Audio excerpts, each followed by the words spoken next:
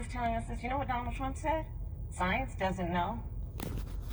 So let's talk about who is prepared to lead our country over the course of the next 4 years on what is an existential threat to us as human beings.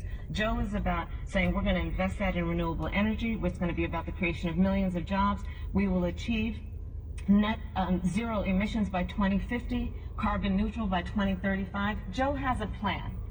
This has been a lot of talk from the Trump administration, and really it has been to go backward instead of forward. We will also re-enter the climate agreement with pride. Senator Harris just said that climate change is an existential threat. Vice President Pence, do you believe that climate change poses an existential threat? As I said, Susan, the climate is changing. We'll follow the science.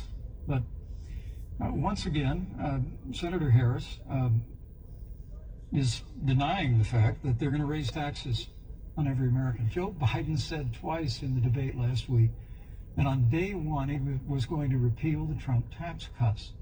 Those tax cuts delivered $2,000 in tax relief to the average family of four across America. And with regard to banning fracking, I just recommend that people look at the record. You yourself said repeatedly that you would ban fracking. You were the first Senate co-sponsor of the Green New Deal.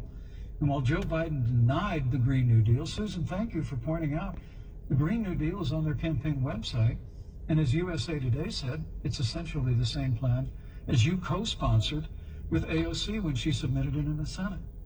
And you just heard the senator say that she's going to resubmit America to the Paris Climate Accord.